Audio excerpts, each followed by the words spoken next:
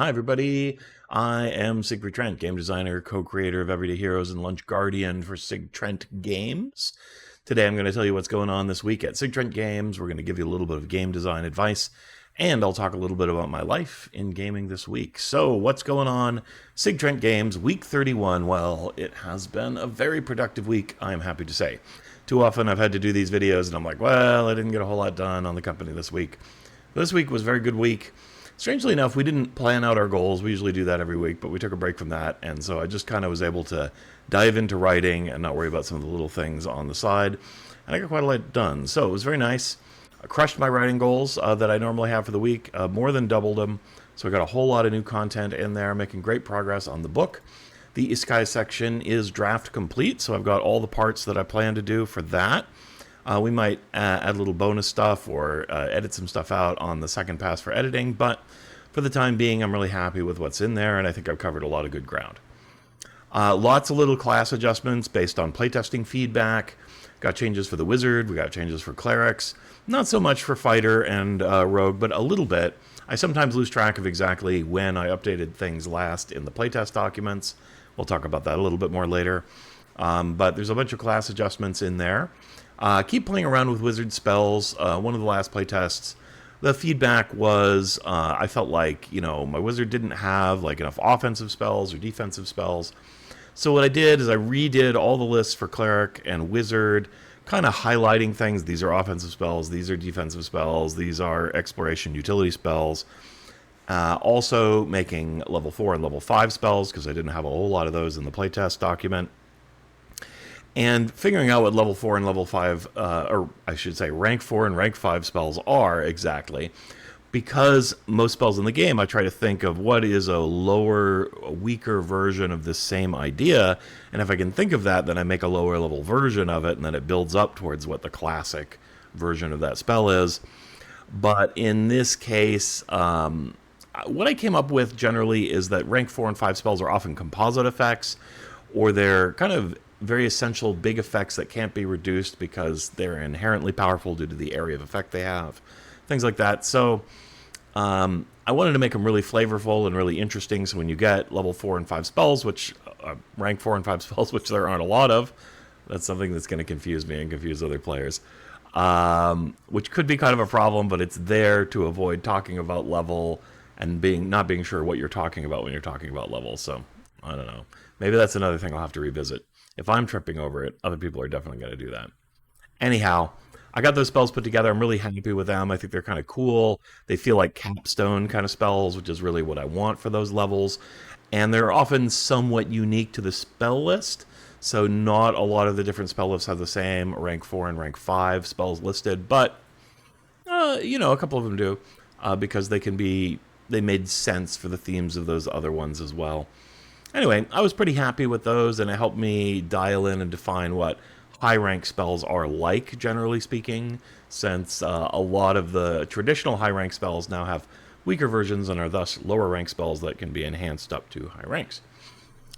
At any rate, I was really happy with all that balancing and tweaking, and then for wizards specifically, because clerics get access to their entire list, so I don't have to worry about that. For wizards, I decided that, when you're a novice, the novice rank of your college is going to come with 4 spells that every novice learns that are just going to be useful to any and every wizard so that you can get by in life and whatever your specialization as a wizard. And they all include at least 1 spell that does damage, at least 1 spell that helps protect the wizard, and then 2 spells that do something else, which might be more damage and more protection if you happen to be a war college wizard, but are likely other things for other college wizards. So that way, everybody who gets a character doesn't have to think too hard about their initial spell selection, and you're just kind of good to go. Now, you also get to pick 4 other spells from your list, so you get quite a variety of spells to start out with, and not quite as many as a cleric has access to, but you'll be able to grow that infinitely as a wizard. So half kind of set for you, half open to you. That way, no matter what kind of character you build, you're not going to feel like it's a little bit off. Or not useful during play. And I chose spells that specifically are going to be useful in a combat situation, so the wizards have always got something to do. Alright, so there's that. What else did I get to do? I'm very close to finishing the spells. I do still have a couple more of the 4th and 5th level spells that I need to finish. and a couple other little sort of fill idea spells that I just don't have incorporated. There's a couple spells for enchanting items, such as making your weapon magical temporarily, making your armor magical temporarily, that I'm holding off on because next up I'm going to be working on magic items, and I want to nail that down before I make the kind of temporary spell versions, so that I can make those refer specifically to the kinds of enchantments and properties that the magic weapons are going to have. So that's how that's going. I'm really excited. Like I said, there's a lot of new words in the document, a lot of good stuff. I put out a new playtest document out on the Discord server, so if you're doing the playtest, that's available to you. You can see all the changes I've got, all the new spells, all that kind of stuff.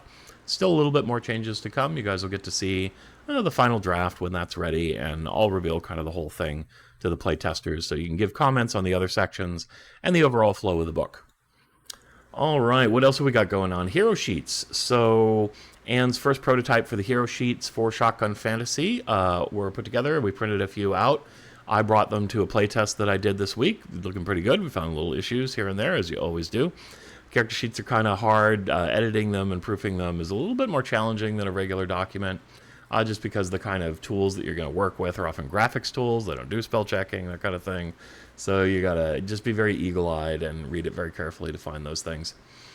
So anyway, we got page 1 done. It's quite a bit different because there's a lot of different things there. Fantasy skills are different than the modern skills, so the skill list is a little bit different. We've still got blank spaces to put in modern skills if your fantasy character ends up learning those. Although not enough for necessarily all of them, but it would be unlikely a fantasy character would transfer over to a new world and immediately learn like every modern skill. We've got space for the aura and the foci. Now this is the system that we use instead of concentration for wizards in order to kind of balance out spellcasting, so that you can't just sort of stack an infinite number of useful effects up in play. I find concentration to be too limiting and makes it, when I play a spellcaster in Dungeons & Dragons, especially high level, I often feel like I'm kind of like, well, I'm concentrating on the spell, so really the best thing for me to do is to just keep concentrating, which means, maybe I throw a little firebolt or something, but I'm not really doing much on my turn. So I don't like that so much. So the way foci work is that you have a number of foci on your character equal to your enhancement bonus. I'm sorry, your proficiency bonus, not your enhancement bonus. So you have the number of foci equal to your proficiency bonus, so it grows as you go up in level, and each spell that's cast on you that's beneficial and sufficiently powerful is going to take up one of those foci with an enchantment. Some enchantments take up multiple foci, so like a haste spell is 2 foci. So as you get spells cast on you, these fill up, and eventually you don't have room for more. So you can only have a certain number of strong beneficial enchantments on you. Small little beneficial enchantments don't occupy foci.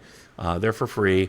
And curses and other nasty things that people can cast on you don't occupy foci, but you can have as many of them as people put on you, so that's not so great for you if you're the target of a lot of that kind of thing.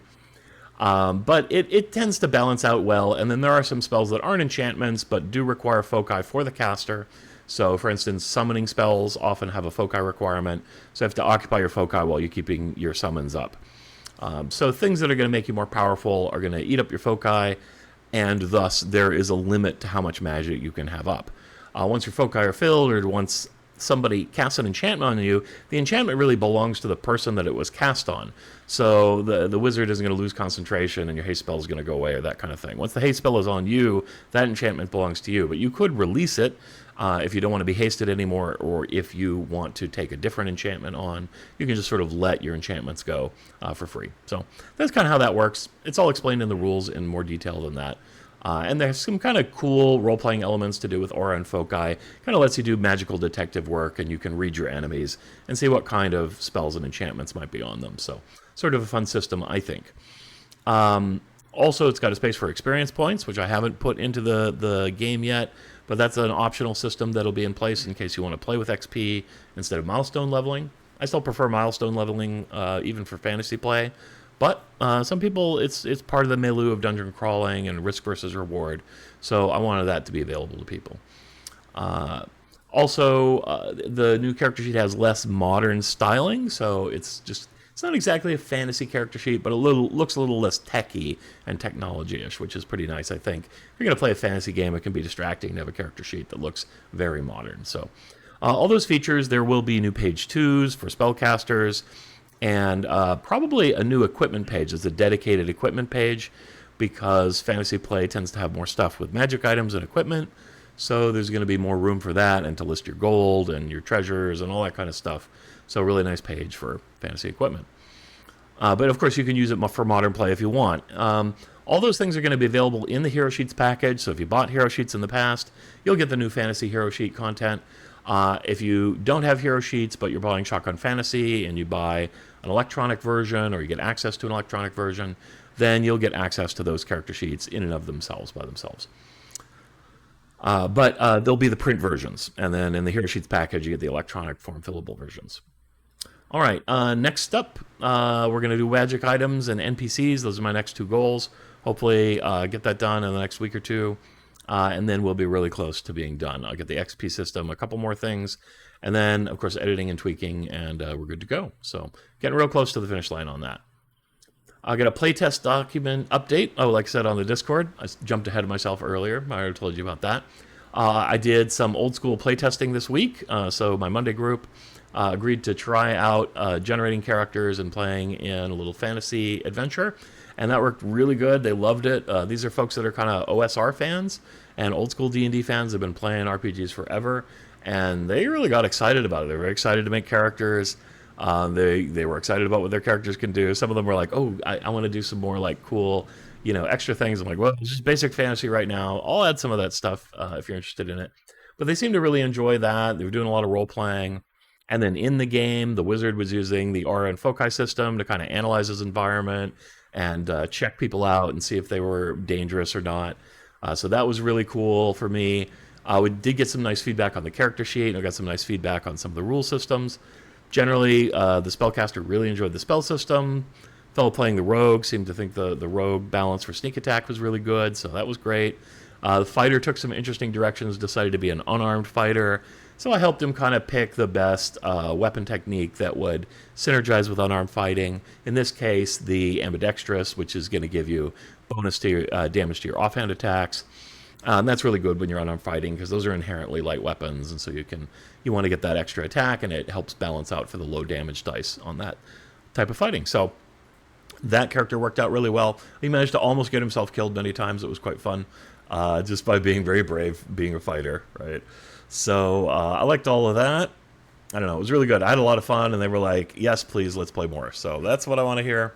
We're definitely going to play some more. We'll level them up to level 2 and to come up with a new little scenario to exercise the game mechanics. All right, and to have some fun, of course. Final thing going on with SigTrent Games this week, and I told you there was a lot of stuff going on.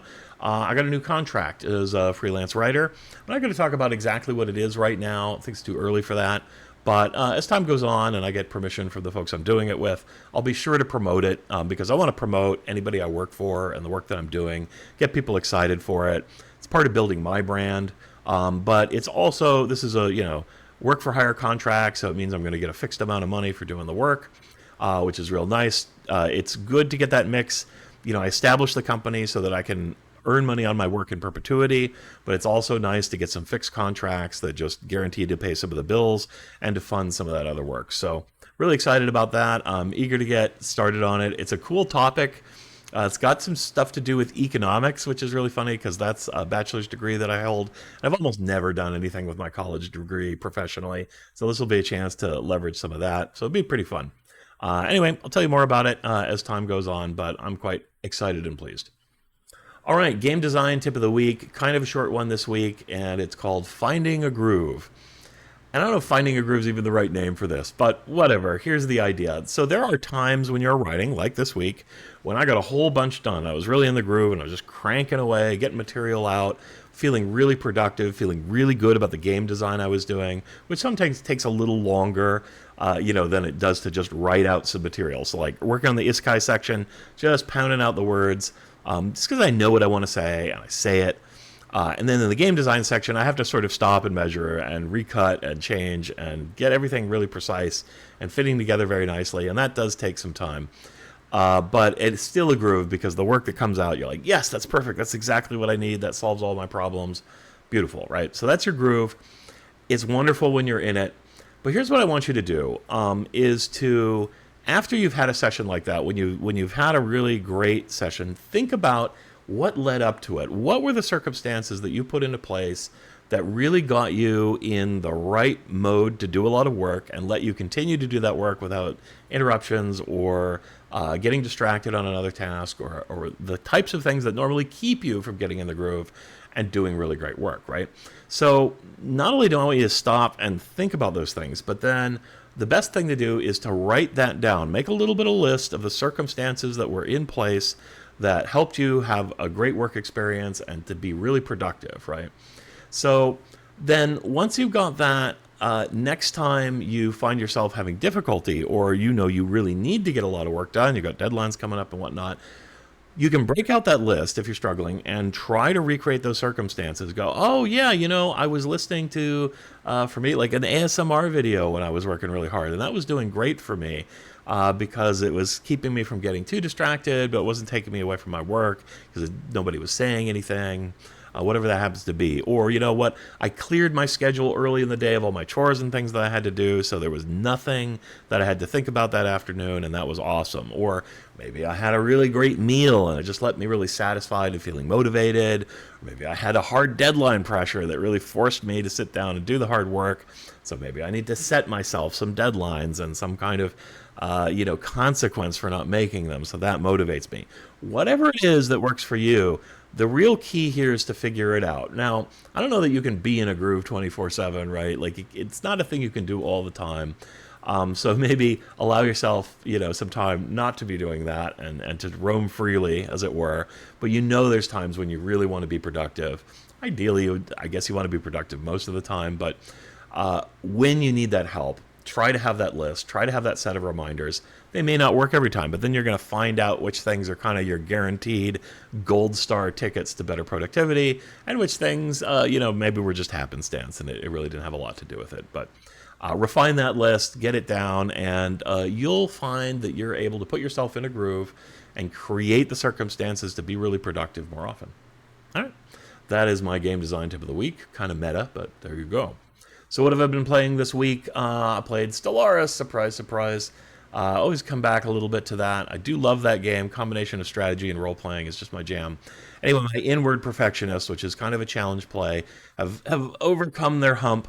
They're not really leading the galaxy. I think I'm in like 8th place or something like that, kind of late into the game. So maybe I won't win, but I will survive. I'm not sure.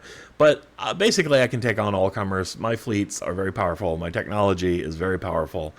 I probably could go on a rampage and try to conquer the galaxy, but we're inward perfectionists, right? We're not interested in that. We only go out and fight people who kind of have trouble. And because my race is supposed to be xenophobic, they don't really like other people very much. The areas that they have had to conquer because people attack them, they just sort of cordon them off, make them little subject empires, and go, here, you go on your own merry way, but you have to stay loyal to us because no more attacking us. We don't care for that because we are pacifists after all. I think somewhere along the line we also picked up spiritualists, so a little bit of meditation and ethics as well. But there was one race that they're just genocidal maniacs that I had to conquer, and for them, they don't get to start their own little society again. They are just locked up in their own little dragon universe because they're dragon type guys that I've put gates and wards and stuff to kind of keep them in there, and we manage them and now try to take care of them so that they can flourish on their own. But we're not going to let them have their own political autonomy because they will go right back to trying to kill everybody. That would be no good. I don't know, maybe we can politically retrain them. I'm not sure if that's possible or not, but we'll see. Anyway, having fun with Stellaris and that group. It's not a gangbuster build or anything. It's not amazing, but they're doing well. I found a way to get them to where they need to be and to make them special snowflakes. All right. Dungeons & Dragons Online, played a little bit of that. I played with my guild, which I would say like every 6 months or something, I actually play with my guild. Most of the time I play solo. It was fun to see the boys and girls of the Madborn. They're great folks.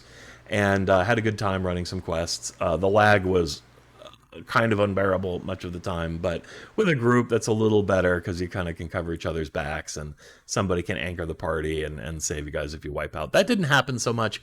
We tended to lag more when we weren't in fights, just kind of between adventures, trying to get everybody together. Anyway, I had a good time. It was cool. It's always faster leveling when you play Dungeons and Dragons online with a group. It's meant to be played with a group, but I still like to play solo, just because I like to be able to start and stop playing whenever I want, and just kind of not, go, oh, I just should stick around until we're all done for the night, or, I just sort of show up in the middle of something. I don't really like to be that person, so if I'm going to be like that, which I often am, I just do it by myself. Anyway, Nomad's and Twitch channel marches forward. Lots of cool content over there the last week. She was playing Strange Horticulture, which is a cool game that we got free on the Epic Store, where you solve mysteries with fantastical botany, sort of the fictional world. There's monsters and magic spells and things, and you are an herbalist in your shop. And you try to figure out the plants that people need in order to solve their problems. It sounds pretty cool. And it's got a bunch of different alternate endings, I guess. And so she was trying to get some of the different endings. Then she played a game called The Operator, which is a cool game where you feel like a special CIA or FBI investigator type person, where you're using computers and files to try and solve mysteries and track down targets. I said it feels very realistic. I mean, it's probably not, of course, it's a computer game. But it gives you the feeling of being an operator investigating things, which is exactly what you want. So that sounds really cool. I'm not sure exactly what's up for next week, but just going through our catalog, we did on the Steam store reinvigorate our family plan. They always had a family thing before where you could share games with people in your family, and that kind of didn't work for a long time, but I guess they have it working again, so we got that set up again. So I can play Anne's games, and Anne can play my games. That's pretty darn cool, so I like that. She's got a neat library that's pretty different than mine, and I've got a very haphazard library that's very different from hers. All right. Life in general. Again, not too much going on here outside of the work that I'm doing, which has been great. The store is moving into the background, the gift store. I end up talking about it so much because it took over so much of my mind during the summer. It is now slow at the store, and I have less hours at the store. There's just not a lot to talk about there. And that makes me very happy, and that's part of why I've been able to get in my groove and concentrate more, because I don't have that as kind of a big focus of what's going on in my life. I am feeling very positive, generally speaking. I'm excited about what's to come. I think I'm going to get a whole lot done. I got this new contract, so I'm working on 3 projects right now. That's kind of like my perfect Goldilocks zone in some ways, because if I get stuck on one, I got 2 more I can work on. And one of them doesn't have a hard deadline, so that makes that kind of easy. Well, I guess 2 of them don't have a hard deadline. One of them does. So, I don't know, kind of the perfect synergy for me. I'm very excited about it. I hope you're excited about stuff going on in your life, and we will see you next week. Bye-bye.